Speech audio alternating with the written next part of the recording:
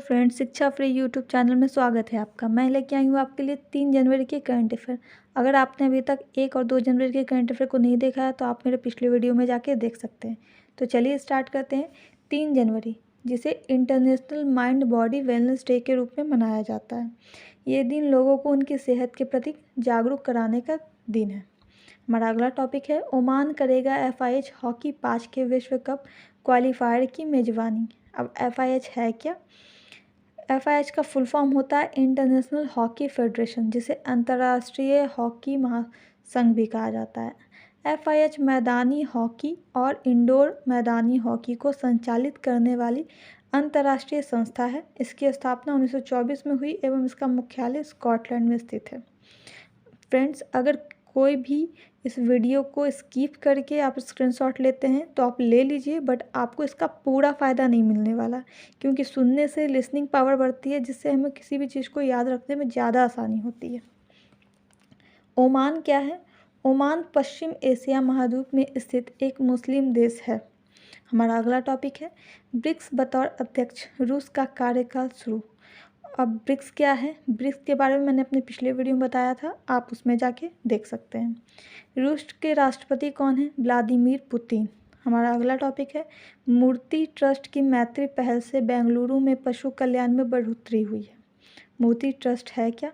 श्रीमती सुधा मूर्ति और श्री रोहन मूर्ति के नेतृत्व में मूर्ति ट्रस्ट पहल के द्वारा पशु कल्याण पर विशेष ध्यान देने के साथ परोपकारी पहलों के लिए यह समर्पित है।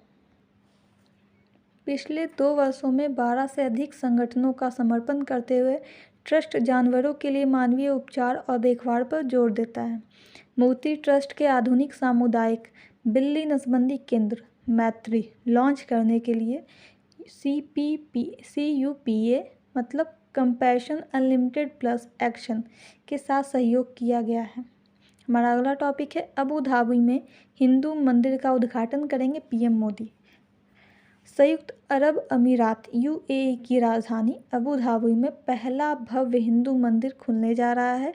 इस हिंदू मंदिर का उद्घाटन अगले महीने 14 फ़रवरी 2024 को होगा। हमारा अगला टॉपिक है, रिलायंस इंडस्ट्री को भारत का पहला ISCC प्लस प्रमाणन प्राप्त हुआ है। रिलायंस इंडस्ट्री लिमिटेड यह एक भारतीय मल्टीनेशनल कंपनी है जिसका मुख्यालय मुंबई महाराष्ट्र में स्थित है। रिलायंस पूरे भारत में ऊर्जा, पेट्रोकेमिकल, कपड़ा, प्राकृतिक संसाधन, खुदरा और दूरसंचार के क्षेत्र में कारोबार करती है। इनके मालिक मुकेश अंबानी हैं। ISCC क्या है? International sustainability and carbon certification. यह विश्व स्तर पर लागू स्थिरता प्रमाणन प्रणाली है। इसका उद्देश्य शून्य वनों की कटाई, जैव विविधता मूल्य और उच्च कार्बन स्टॉक वाली भूमि का संरक्षण, मिट्टी, पानी और हवा का संरक्षण, मानव श्रम और भूमि अधिकारों का पालन, ग्रीन हाउस गैस उत्सर्जन का मापन और कमी इत्यादि है। ISCC किसे दिया गया है? ISCC प्लस प्रमाणन गुजरात राज्य में स्थित जामनगर रिफाइनरी पर लागू होता है। RIL मतलब रिलायंस इंडस्ट्री लिमिटेड की जामनगर रिफाइनरी ने एक सतत उत्प्रेरक पायरोलिसिस तकनीक लागू की है, जिससे एकल उपयोग और बहुस्तरीय प्लास्टिक सहित विभिन्न कचरे को पायरोलिसिस तेल में परिवर्तित करने के लिए डिज़ाइन किया गया है। हमारा अगला टॉपिक है, बेट्राइस चेबेट ने बार्सिलोना इवेंट में 5 किलोमीटर का विश्व रिकॉर्ड तोड़ा। बार्सिलोना उत्तर पूर्वी स्पेन के तट पर स्थित एक शहर है। बेट्राइस चेबेट केन्या की खिलाड़ी हैं। हमारा अगला टॉपिक है, चेक गणराज्य के प्रधानमंत्री पेट्र फियाला होंगे वाइब्रेट गुजरात समिट में मुख्य अतिथि। ये 10 से 12 जनवरी तक चलेगी और ये गुजरात के गांधीनगर में ये आयोजन होगा।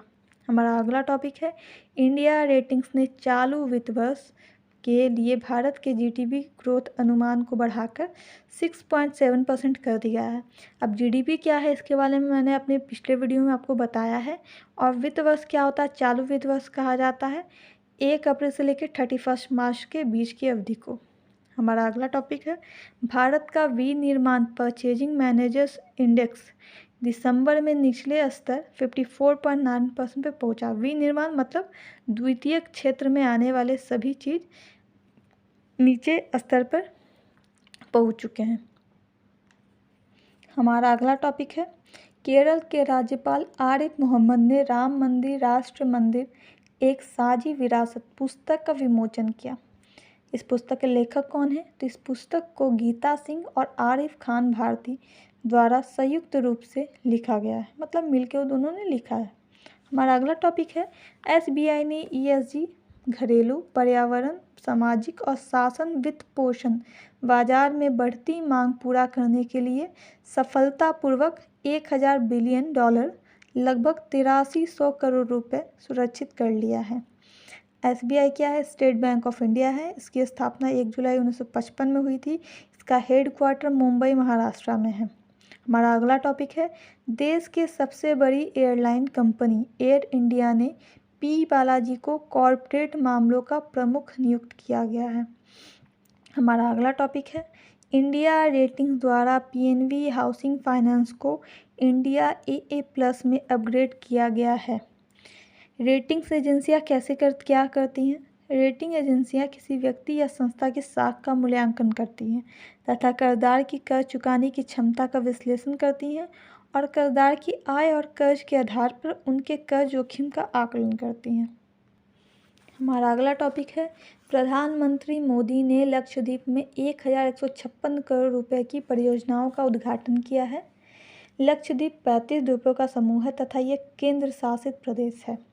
हमारा अगला टॉपिक है, प्रोफेसर BR कंबोज को MS स्वामीनाथन पुरस्कार से सम्मानित किया गया है।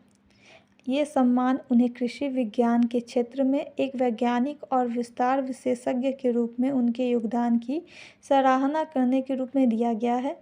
ये सम्मान उन्हें कहाँ दिया गया था? तो वन हेल्थ वन वर्ल्ड अंतर्राष्ट्रीय सम्मेलन में, जो मध्य प्रदेश के ग्वालियर में हुआ था, राजमाता विजयाराजे सिंधिया कृषि विश्वविद्यालय के अंदर, और यह कर्नाटक के राज्यपाल थावर चंद गहलोत के द्वारा उन्हें प्रदान किया गया।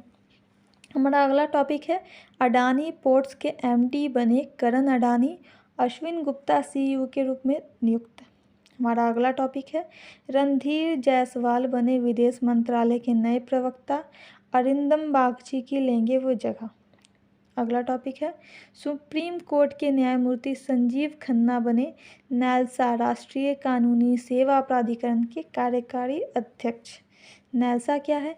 राष्ट्रीय कानूनी सेवा प्राधिकरण, जिसे हिंदी में कहा जाता है, 1987 के कानूनी सेवा प्राधिकरण अधिनियम के तहत स्थापित यह एक वैधानिक संस्था है। यह संगठन समाज के कमजोर वर्गों को कानूनी सेवाएं प्रदान करने में महत्वपूर्ण भूमिका निभाता है और इसका उद्देश्य विवादों के अच्छे समाधान के लिए लोक अदालतों का आयोजन करना है। हमारा अगला टॉपिक है, वाइस एडमिरल संजय जसजीत सिंह बने पश्चिमी नौसेना कमान के flag officer commanding in chief. नौसेना क्या होती है? भारतीय नौसेना एक बल है जिसका गठन भारत की समुद्री सीमा की हितों की रक्षा के लिए किया गया है। इसके प्रमुख नौसेनाध्यक्ष अथवा CNS मतलब कमांडिंग इन चीफ होते हैं। वे एडमिरल रैंक के अफसर हैं। उनका मुख्यालय नई दिल्ली में है। भारतीय नौसेना की 2 ऑपरेशनल कमान और 1 प्रशिक्षण कमान है। 2 ऑपरेशन कमान कहाँ है?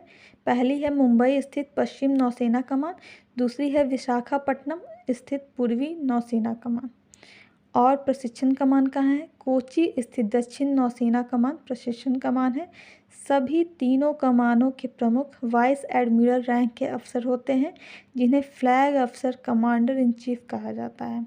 हमारा अगला टॉपिक है, प्रधानमंत्री ने तमिलनाडु में 400 करोड़ रुपए के फास्ट रिएक्टर प्लांट का उद्घाटन किया।